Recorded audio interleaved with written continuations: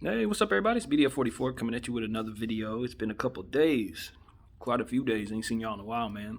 Been a little undermanned here at work, so it's been requiring me not to have as much time to myself. Kind of been, pretty much everywhere for the last 3 days. This has been the longest week I've had working here, but I feel well rested. I made up for it by making sure I got some rest. So, I just want to come in here and just say, man, the Lakers, nothing that is going on here surprises me. Um, we're struggling, and that is something that I said would happen. If you watch my videos, I've said it many times. Anytime you have players that are particularly big pieces, main pieces, that are going out of the lineup, you're going to probably lose games trying to adjust to those players' absence. But eventually, you'll find cohesion with whatever it is you have. Now, that doesn't necessarily translate to wins, but you'll see better playing basketball because you'll get used to the pieces that you have. And from there, there comes some familiarity. Now, when you bring the big pieces back, same thing. Now you got to implement those pieces into the situation, for which will also probably cost you some games. Because that adjustment is not minor, especially when you have pieces as big as the pieces that we have. The problem that the Lakers are running into is Dennis Schroeder for this year's club is a very, very important piece, okay?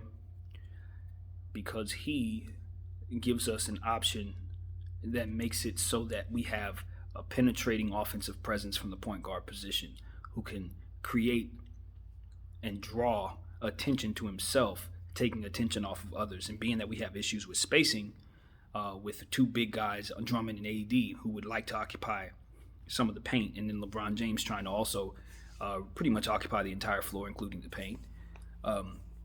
It makes it so that we're not exactly as free-flowing as we should off rip.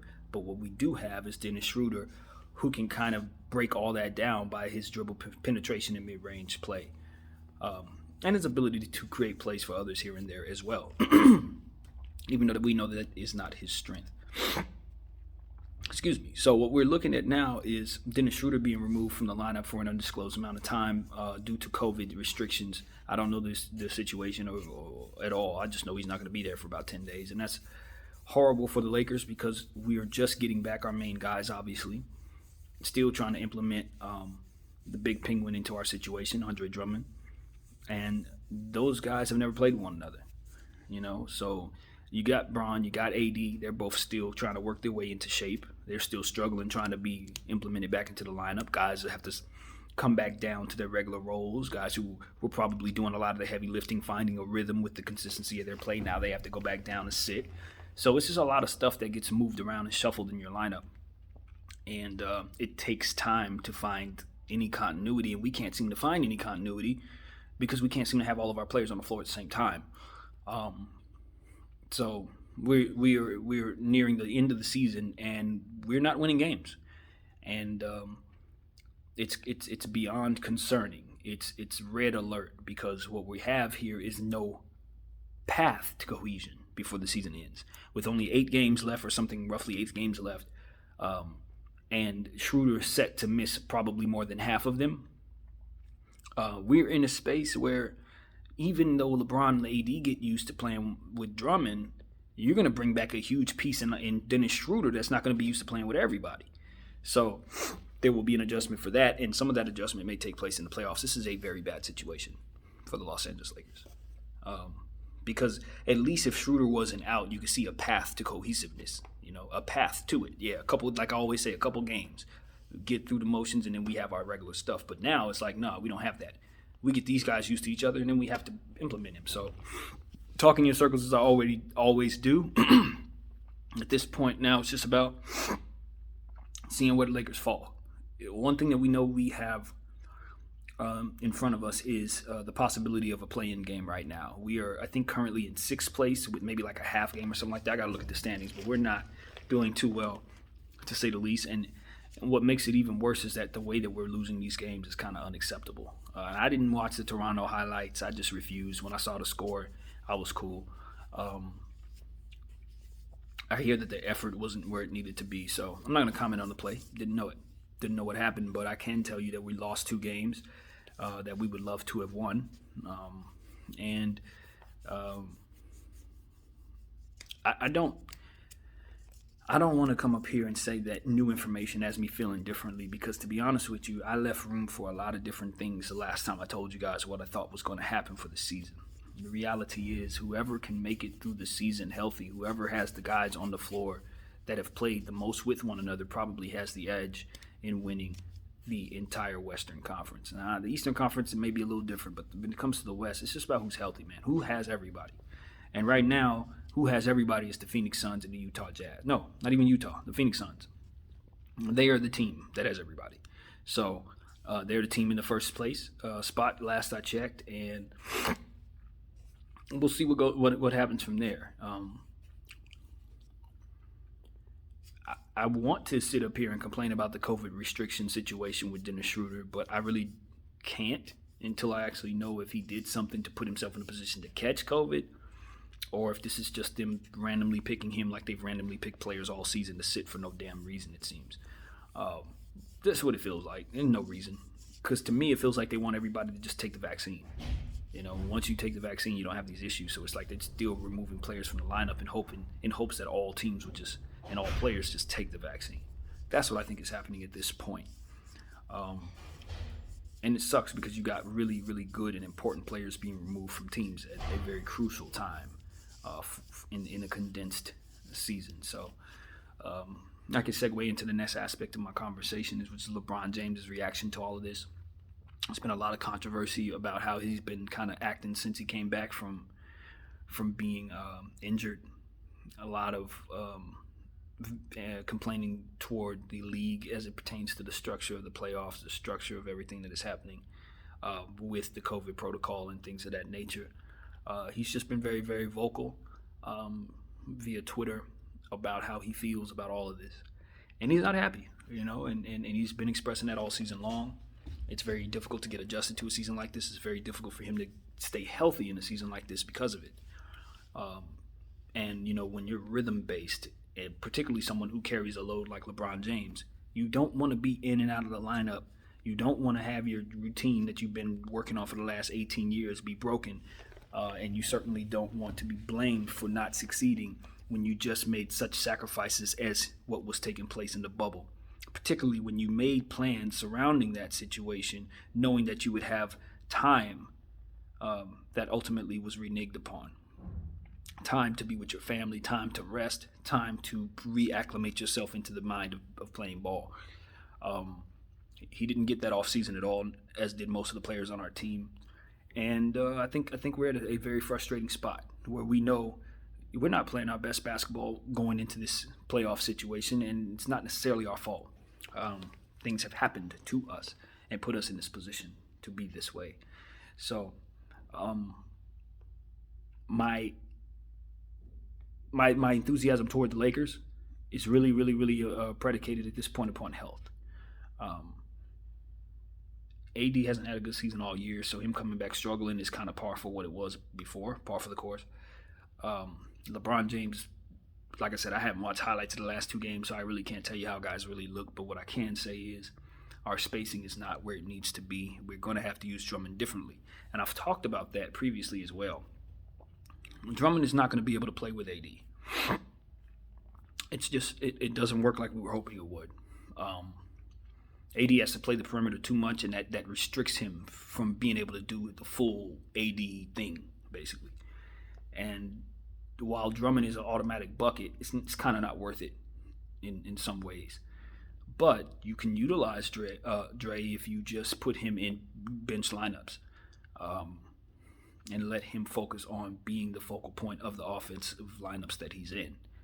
If you do that, you got an automatic bucket in your second bench destroying guys. The problem is we have a guy in that spot. His name is Trez, who probably needs to come off the bench because he's a shorter player and can't guard the taller guys.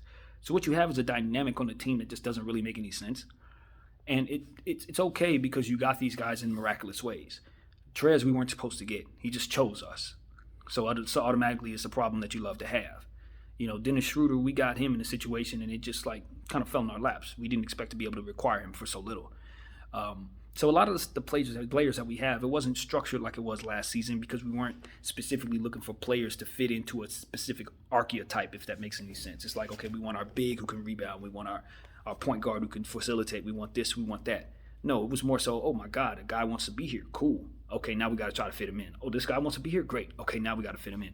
It's not a vision, but more so just a plethora of blessings that doesn't necessarily mean that we know how to manage them.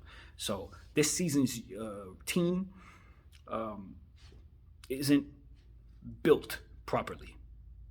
That's the moral of the story is our team isn't built properly. But there's nothing wrong with that because you love the problems you have. You just have to make it work. And I think we can. We showed ourselves at the beginning of the season that this team is a monster when they're all together. But when was the last time we saw them all together? And most importantly, we didn't have Dre down there messing with the spacing. So that's what it really comes down to. I love the acquisition of Ben McLemore. He gives us a three-point threat that we didn't necessarily have beforehand. And I think we are a dangerous team, just like we always thought we were. Because now we're in the 7th spot. We're probably going to be in a play-in game. 6 spot, 7 plot. I can see us getting to the 7th spot, something like that. And now we have a path that's going to be a little difficult, but we also understand that we are going to get better. The good thing about Dennis Schroeder is he's not injured. He's not injured. He's ready to go. So whenever he comes back, he should be in shape. That's the moral of the story. And his game is cut and dry. He does the same things no matter where he is, no matter where he goes. So even though he's been in a bit of a slump lately, I think that the time off will help with that, not hurt it. So I'm not worried as much about Dennis Schroeder. It's just more so about the games that have to be played to get him reacclimated, being playoff games, and how that concerns me based on the rule that I have in mind about players coming back from injury and probably losing those games. So first round is going to be tough no matter who we see. Right now, it looks like it's going to be Utah. Donovan Mitchell has been out for a while. I'd imagine he'll be healthy for the playoffs. He should be coming back very soon, although they did reevaluate him this past week and found that they wanted to give him another week on it, so that's a little concerning. But all in all, Utah is still able to do what they do. Jordan Clarkson's playing out of his mind, so it's not like they're really in a space where they can't supplement that scoring that Donovan brings. So if we see them in the first round, I can guarantee you that it will be a tough series. But I do believe ultimately that our talent will overcome that matchup. I actually prefer that matchup over Phoenix and Denver. If I got to see anybody in the first round, I would rather it be Utah, honestly. I just think we match up better with them, especially if they have a banged-up Donovan, for which they do. So we'll still have to deal with the play-in game, though. When you're in the 7th seed, there's no guarantee you stay there. You got to deal with somebody. You got to deal with somebody like Golden State. You got to deal with somebody like, I don't know who's down there, Portland or something. Somebody's down there. You got to deal with him.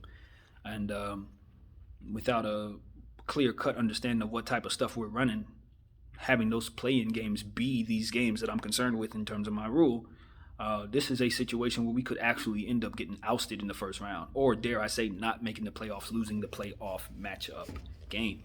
The play-in game, rather. So, red alert. We're concerned. We're concerned. It's panic time because the cohesiveness is just not on the horizon. So I already been on the record saying that I think the Lakers, if they're fully healthy, can beat anyone and everyone. And if we're not healthy, then I think it's the Brooklyn Nets' championship to lose. I'm not betting on us being healthy, which is why Brooklyn was the last team that I chose to win the championship at this time. I probably am going to stay with that pick. But if the Lakers are able to surprise me and find the cohesiveness necessary to play the level they need to win, I'm welcoming of that blessing. But at this point, I'm not putting no money on that. Last year, I felt really good about the Lakers. This year, I don't feel as good.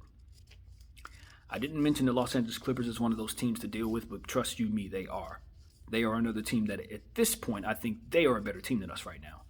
And that's hard to swallow, but it's probably true with them having Rondo running the point and Paul George healthy and Kawhi Leonard's now back and that kind of thing. So, yeah, I would rather not see them in the first round is the moral of that story. So that's where we're at, man. It's all about seeding at this point and, of course, making sure we keep an eye on LeBron and Anthony's progression and getting back in shape. So yeah, as far as these losses, yes, they matter. We need to stop losing, and we need to stop losing right now because we're not all the way out of this thing. We could still find ourselves on the back end of the play-in game with no home court in that. So you know, like the path to missing the playoffs is actually visible for us. And I know that that's not something anybody wants to see. But if we lose out, we can actually find ourselves with a lottery pick and no playoff appearance. Now, with all that being said, if that were to happen, of course, that's a disaster. And it could send our franchise into a space that's not so great, but we still have those great players under contract. If we have to redirect our attention to the draft, I then start to become excited about that. And I just want to let everybody know that. And that doesn't mean that I think we'll keep the pick if we were to find ourselves in a lottery situation. But what I can tell you is this lottery is serious, bro. And finding even a player in the 10th or 11th spot or 12th spot or 16th spot, even out of the lottery, this year is a good thing because that is a high value pick, more so than most seasons. This is a real draft this year. So if we happen to find ourselves in the lottery, yeah, we're devastated about not making the championship, but we immediately can become excited about the prospect of bringing in that value, whether it be a player or trading it for something else. So, and I do think the Lakers would trade that pick. I definitely do. So, yeah, I am not one of those people who thinks that that the Lakers should really be disappointed if they don't win the championship this year. Disappointed is not the word, but it's not a failure, man. A lot of stuff worked against us this season to put us in a position to not be as good as we'd like to be. So I don't view this as a failure. Now, we have to continue playing, and if we get to the playoffs, if we lose a certain way, I definitely will change my mind. But as of right now, there are teams out there that are just simply better than us. That's where we're at early May. It's just the truth. My name is BDF44. Thank you guys for watching. I'm out.